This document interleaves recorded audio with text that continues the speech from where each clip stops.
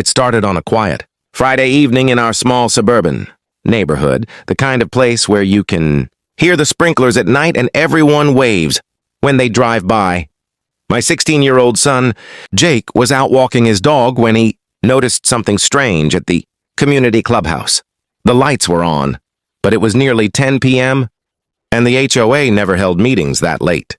Curious, Jake walked closer and saw 3 cars parked out front, one of them unmistakably belonging to Karen Reynolds, the president of our HOA. Karen was known for her strict rules: grass height, mailbox color, even the kind of curtains you could hang. She had fined us before for improperly stored garbage bins, so Jake knew exactly who she was. Through the slightly open window, he saw Karen sitting with 2 men in suits, whispering over some papers and a thick envelope. He took out his phone and began recording. The audio caught Karen saying something about making sure the funds go through before the vote, whatever that meant. When Jake got home, he showed me the video. We both were shocked.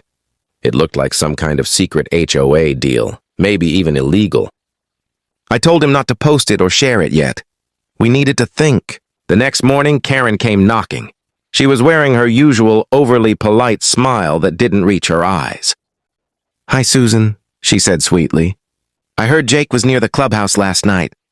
"He didn't happen to record anything, did he?" I froze. "Why would he?"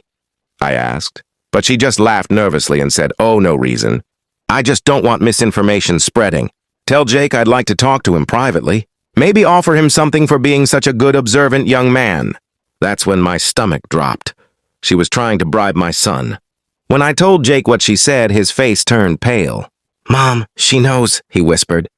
"What if she tries to take my phone or delete the video?" I told him to back everything up immediately. Something about this felt bigger than just HOA drama. It felt dangerous. The following afternoon, Karen showed up again, this time without her polite smile. She stood on our porch wearing oversized sunglasses and holding a paper bag that she kept glancing into. I opened the door only halfway, keeping the screen between us. "Good morning, Susan," she said, her tone sugar-sweet but forced. "I think there's been a little misunderstanding. I just wanted to speak with Jake, privately." "He's busy," I replied sharply. "Whatever you need to say, you can say to me." Karen gave a fake laugh and leaned closer. "Oh, come now. It's nothing serious. I just wanted to thank him for helping keep our community safe." She lifted the bag slightly. I caught a glimpse of what looked like an envelope stuffed with cash. "Tell him there's a small reward for his discretion," she whispered. My chest tightened. "Are you seriously trying to buy his silence?" Her smile faded. "Susan," she said, her voice dropping. "That video he took. It's private HOA business. If it gets out, it could cause problems for everyone, especially your family." I froze. "Is that a threat?" She just smiled again, turned on her heel and walked away. Jake came out from the hallway, pale as a ghost. "I heard everything," he said. "Mom, she's trying to cover something up." We decided to go through the footage again carefully. This time I listened to the audio closely. Karen's voice was clear as day. "Once the developer pays us, we'll vote yes on the rezoning. No one outside this room needs to know." "Rezoning, developer?" It clicked. They were taking money from a developer to pass a secret vote. That was illegal. I told Jake to upload a backup of the video to a secure drive, just in case something happened. That night, as we were locking up, we noticed a dark SUV idling near our house. The driver's face wasn't visible, but the car's engine stayed running for almost 10 minutes. When Jake stepped outside, it sped off. The next morning, I found a letter taped to our front door. No signature. Just 4 words in bold marker. "Delete the video now." Jake's hands were shaking when he read it. "Mom, what do we do?" he asked. I didn't know. But one thing was clear. This wasn't just an HOA feud anymore. It was corruption, and Karen would do anything to keep it buried. By Sunday morning, I knew we couldn't handle this alone. Karen was clearly hiding something serious, and now she'd crossed a line by threatening us. I told Jake to stay home while I drove to meet with our neighbor, Mark, who used to be on the HOA board before Karen pushed him out. When I showed Mark the video, his face turned red with anger.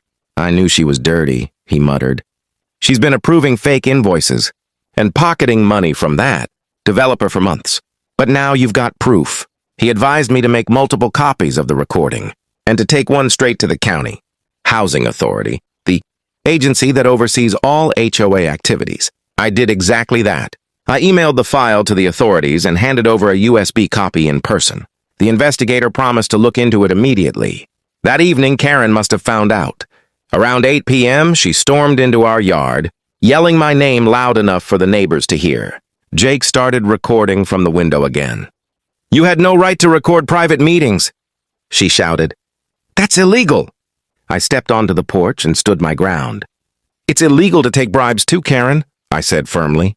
Her face turned red. "You think you can ruin me? I've run this HOA for 7 years. You're just some nobody who doesn't understand how things work." Neighbors began peeking out from their doors.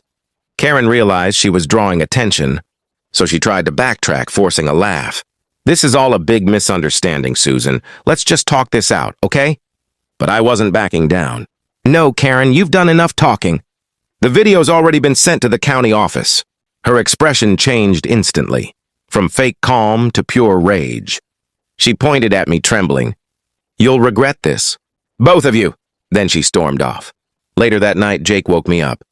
"Mom, the SUV's back." We peeked out through the blinds and saw it parked across the street. Again, lights off, engine running. I called the police this time, and within 10 minutes, the car sped away before the officers arrived. The officer took our statement and warned, "If someone's trying to intimidate you, we'll make sure there's patrol in the area. Keep your doors locked and your phones handy." It was getting dangerous now, but it was too late to stop. The truth was already out there. 2 days later, the whole neighborhood was buzzing. A few residents received emails from the county investigation office, announcing that an official audit of the HOA was underway. The video Jake recorded had become the key piece of evidence.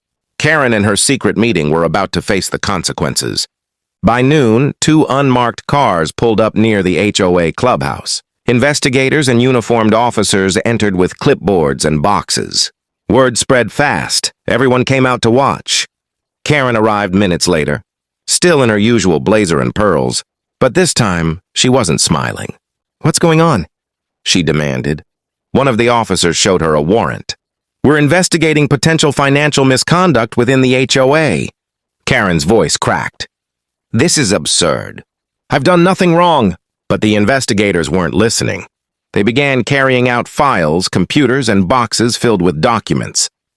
Within the hour, they escorted Karen to her car and informed her she was being detained for questioning. The entire street fell silent as she was driven away. Jake stood beside me on the porch, holding my hand tightly. "Is it over?"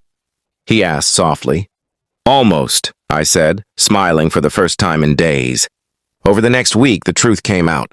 Karen had been working with a property developer who wanted to rezone community land for new construction. In exchange for pushing the vote through quietly, she and a few others received cash. Donations. Jake's video exposed the scheme completely. When the news broke, our neighbors couldn't believe it. The same woman who fined kids for leaving bikes in the driveway had been stealing from everyone. At the next emergency HOA meeting, Mark was reinstated as acting president until elections could be held again. As for Jake, he became something of a local hero. People stopped him on the street to thank him for being brave, enough to record what he saw. The housing authority even sent him a formal letter of appreciation for helping uncover the fraud. One evening, after everything calmed down, I found him on the porch looking at the sunset. "You okay, kiddo?" I asked. He smiled. "Yeah. I just can't believe all this started because I was walking the dog." I laughed. Sometimes doing the right thing starts with something small. From that day forward, our neighborhood felt lighter. No more fear, no more secret meetings, and no more Karen running things like a dictator. Jake's video didn't just expose corruption. It reminded everyone that truth always finds a way out, no matter how hard someone tries to bury it.